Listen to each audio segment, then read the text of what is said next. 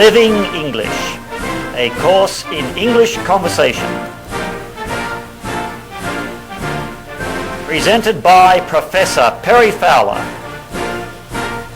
Korea's handsomest teacher.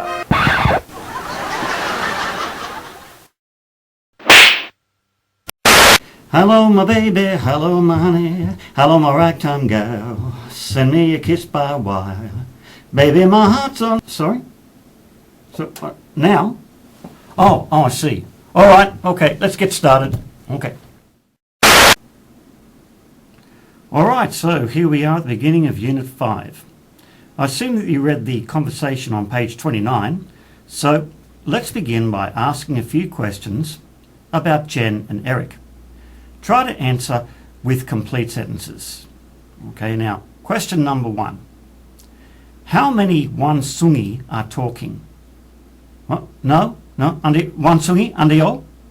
There are no wansungi? Upsale? Upsale? Okay, okay. We'll change that. Okay, let's go. All right. So, okay, a few technical problems here. Okay. Things not changing.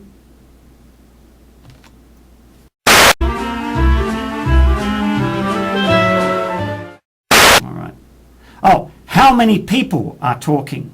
All right, now, let's see the answer to that. The answer is there are 2. Okay, very simple. There are 2. Okay, now, what are their names? Okay, the answer is their names are Donald Trump and Kim Jong-un. What? No? Andiyo? Anjawayo? Okay, all right, okay. Let's see what the real answer is. Okay, there we go. Their names are Eric and Jen. Now, question number 3. Are they brother and sister? Okay, let's see what the answer is. No, they aren't. They are Taramji. What? No? Taramji Andiyo? Are you sure? Like, maybe they look like Taramji? No, Andiyo? No Taramji? Okay, sure. All right. Okay then. Okay. No, they aren't. They are just friends. Okay. Now, you've answered those questions pretty well. Let's go on and try to answer some more questions from the conversation using the past tense. Okay. So, here we go. Here we go. Okay, here we are. Okay, now here we have 5 questions. 1, 2, 3, 4. Yeah, that's 5 questions. Okay. Now, question number 1. Did Eric have a nice weekend? Number 2. What did he do on Saturday? Number 3. Who did he go with? Number 4. Where did they go? And number 5. What about Jen? What did she do on Saturday night? Okay. Now, let's take a look at the answers. Okay. So, let's go through this again. All right. Did Eric have a nice weekend? No, he didn't. Okay. Where did he go on Saturday? He went out to Pyongyang. Okay. Number 3, who did he go with?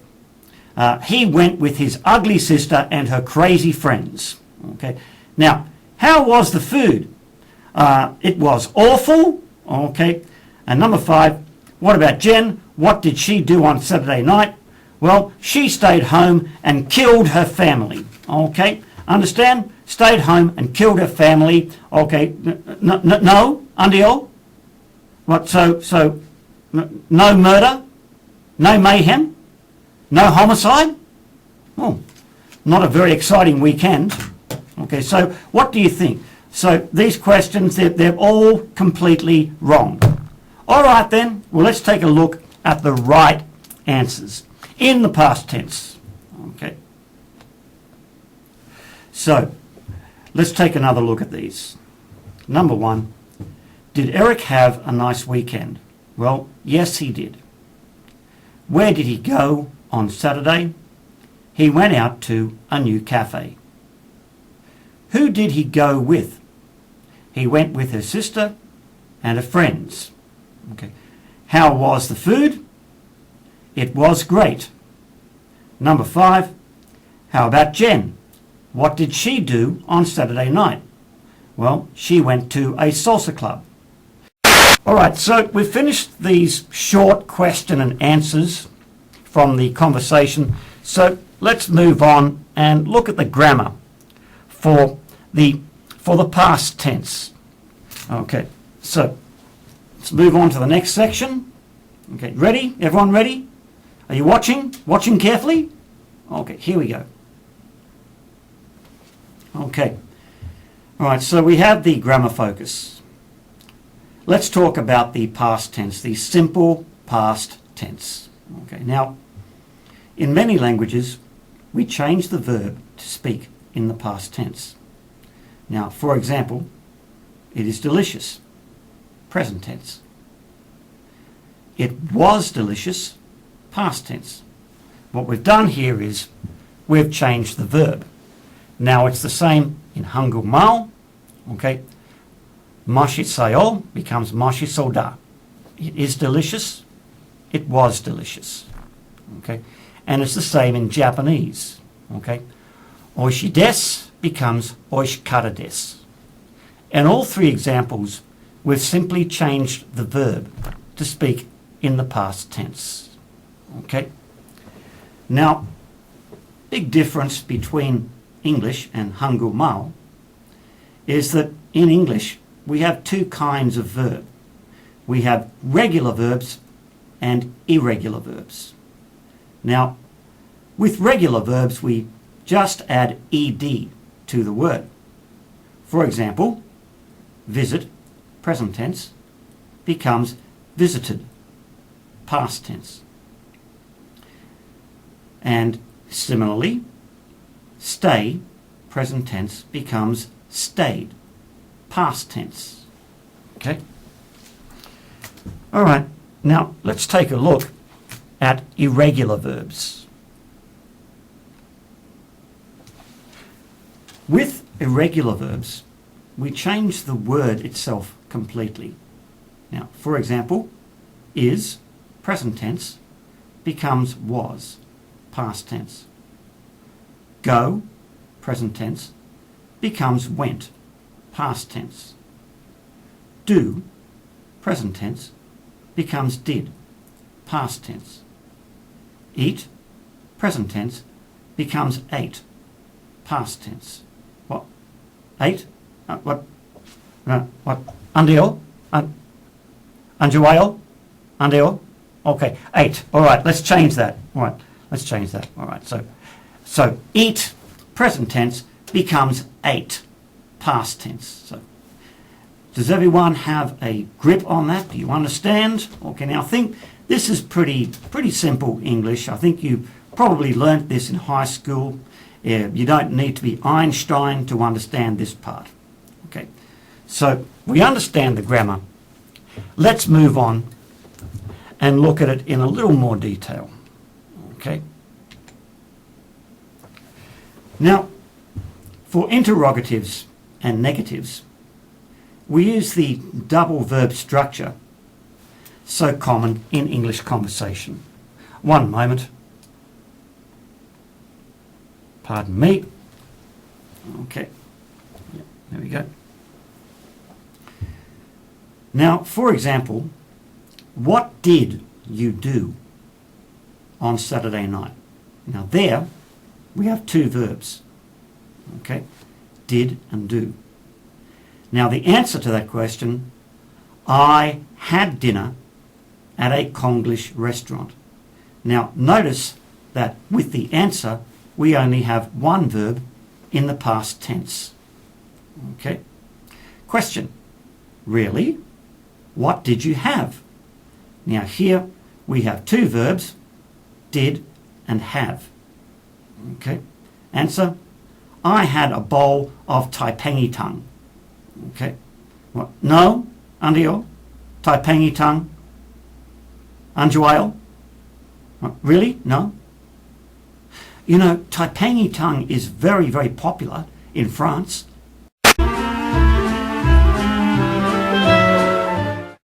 No? Andio? No.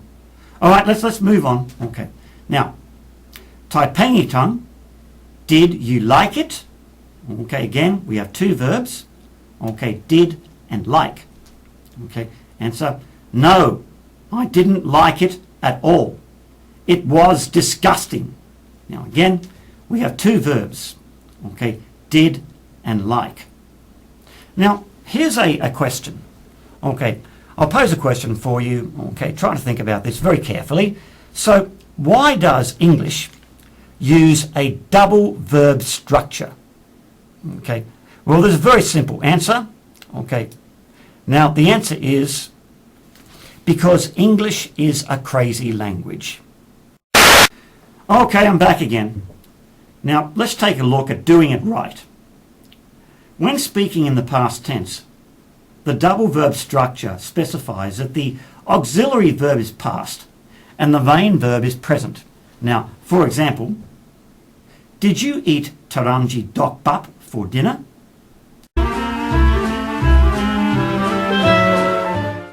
Now, see there we have the two verbs. Okay, did is in the past tense and eat is in the present tense. Okay, now I think maybe you understand auxiliary verb and main verb. Okay, so the auxiliary verb here is did. The main verb is eat. Okay, so the auxiliary verb is past and the main verb is present. All right, now let's take a look at doing it wrong. Now, be very careful not to mix up the main and auxiliary verbs. Now, this is a very common mistake made by bubbos, buckers, and other crazy people. Here is an example. Do you eat taranji dokbap for dinner? No, no, that is wrong. That is wrong. That is wrong, wrong, wrong, wrong, wrong. The auxiliary verb should be past and the main verb should be present. Do you understand? Okay? Yes? Okay. If you talk like that, I will kill you. Okay, now it's time for some listening comprehension. In this next video, a little girl named Jasmine is making some pancakes.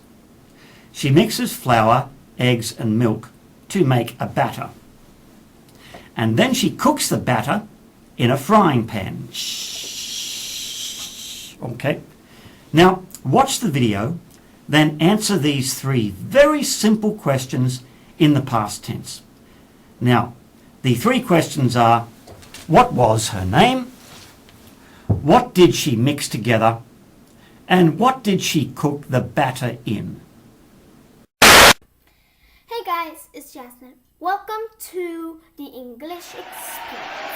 And today I'm going to tell you how to make pancakes. So let's get started.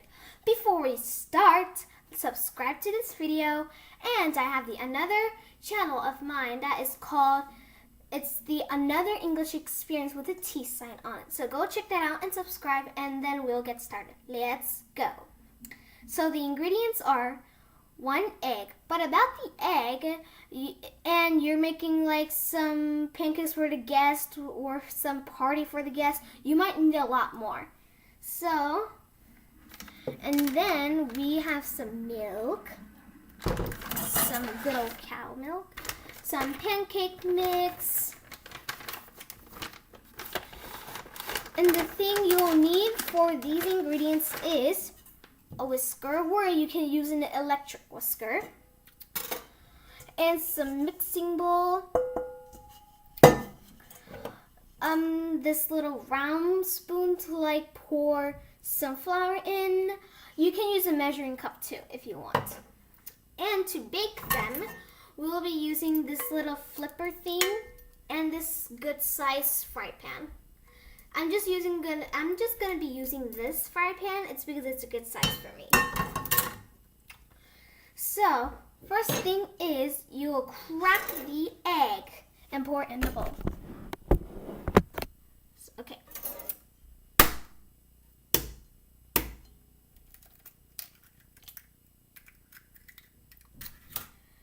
Okay, now if you have some like spills on you, then you can wash your hands right away and kill the virus.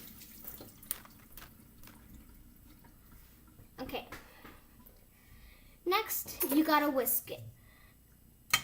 You can smash the egg yolk if you want because it's super satisfying. Now what will you do is you tilt the bowl and you will like go in a circle and like stir.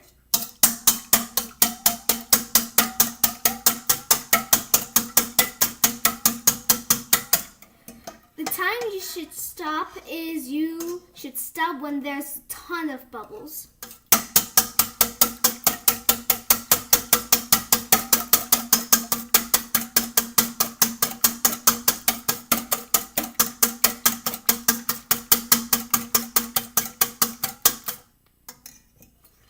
Just like stop and stop and stop, just in case you want to check the bubbles.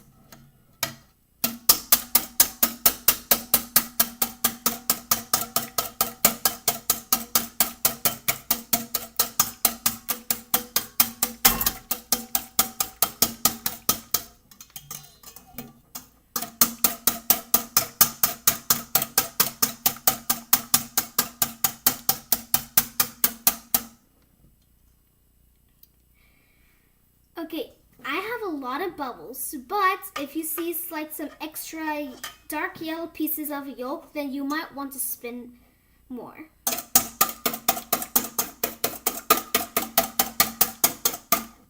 Perfect.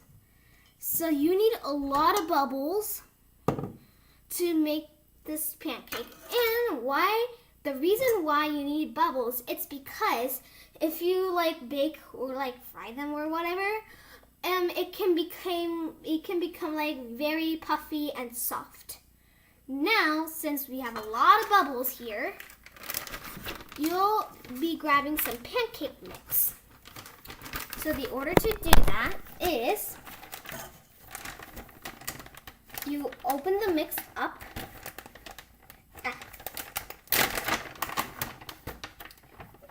If you're using 1 egg, you might need 1 mountain spoon. There you go. And pour it in. And then another, you will need about 1/2. There you go. But add that much if you're adding 1 egg, and then add more just in case the mix is like super watery and like droopy and stuff. Okay, now let's mix. I'm gonna show you the bowl. Okay.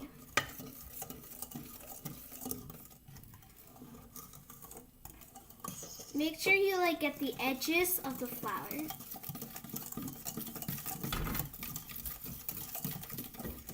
This is gonna be a really good amount of the flour.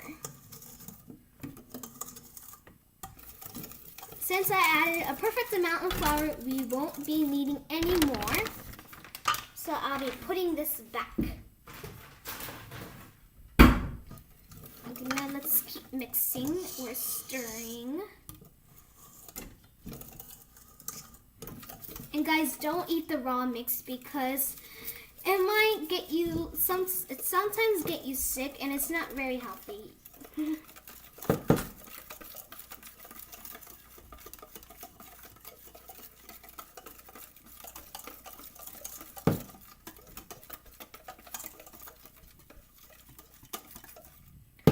Okay, since I finished mixing the flour in, now you will need some milk. But this time you won't need it to add a lot. You just need a tiny bit because the flour already have enough flavor. So I'm gonna add the tiny of milk to make it a little bit healthy. So this is how much you should add. Okay, but be careful so you won't add a lot. And that's how much you should add. Pretty simple. Okay, now that's the last ingredients to make the mix. Now you just stir it like I did with the flour.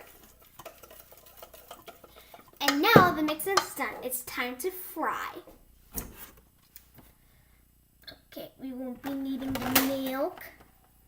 I'm going to now scoop the camera in front. I got my little flipper thing and my frying pan. But I have an important thing for you. If your parents go somewhere like alone and if you want to stay at house, never ever try to like use this stove. It's because it might be dangerous. You don't want to put anything on fire, and that requires age.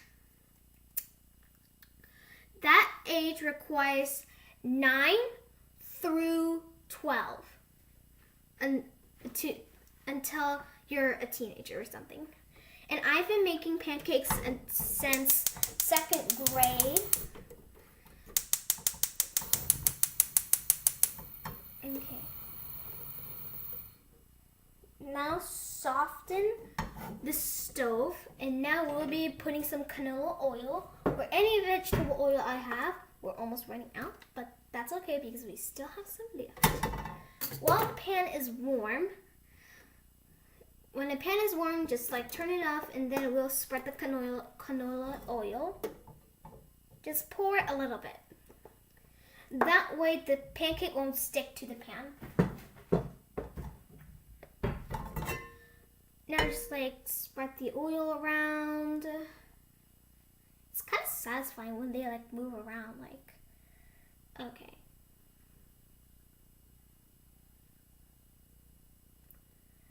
Now what you do next is grab a paper towel.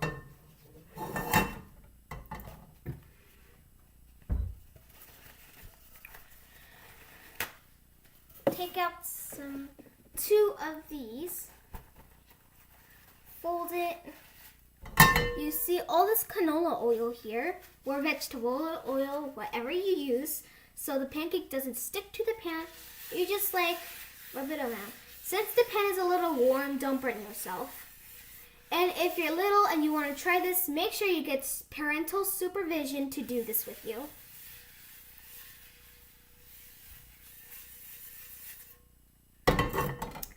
Perfect. We'll set that to a side.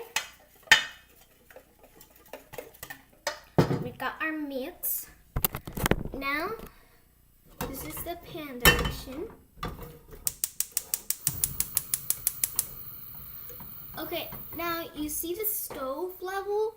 It should be like the amount should be like this much. Whoops, I accidentally turned it off. That's the level you should have. It's hard to see from the camera.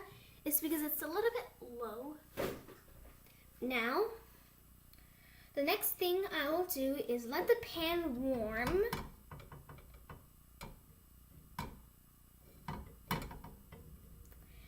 And now, grab your spoon, like this little bowl spoon, and put the whisker into the sink. And now, grab this mix like this.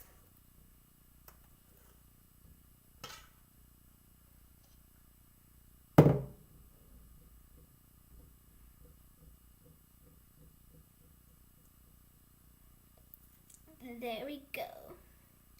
I'm making this size because the pan is a little bit small. Okay, but don't really scratch this pan with this. It's because this is metal, a special silverware metal. And I'm gonna like remove the excess with this. And use this like a little special thing that doesn't get burned or melt. And don't use a metal one because you might just like scratch the fry pan and you don't want that. Now you will flip it with this here. When the bubble, excuse me, and when the bubble is like growing and starting to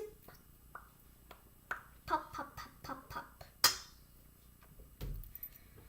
So this might take a little bit of patience. There is one bubble popping. You might not see it, but when you see bubbles growing and it's popping, it's ready to flip. So my bubble is now ready and popping. You might not see from the camera, so I'm just not going to flip. Okay. Even though your bubble is ready and it's like there's too many and popping, you can flip it. But if it's not that much brown yet, it's okay. It's because you can like reflip it. While that is going, I'm just going to grab myself a plate. I'm going to grab this mini one. Put it aside. Now let's flip it.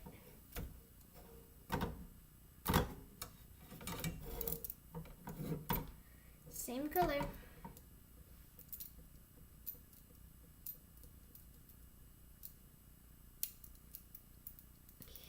You might need a little bit patience, even if it's still yummy. Well, that's how baking works.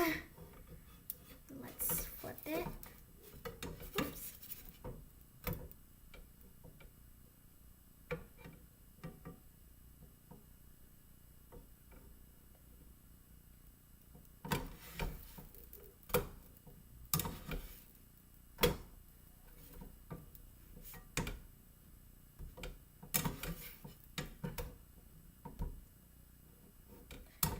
Now when it's ready, you'll just put it on a plate like this. And turn the stove off. Okay. So guys, I hope you really enjoyed this cooking video.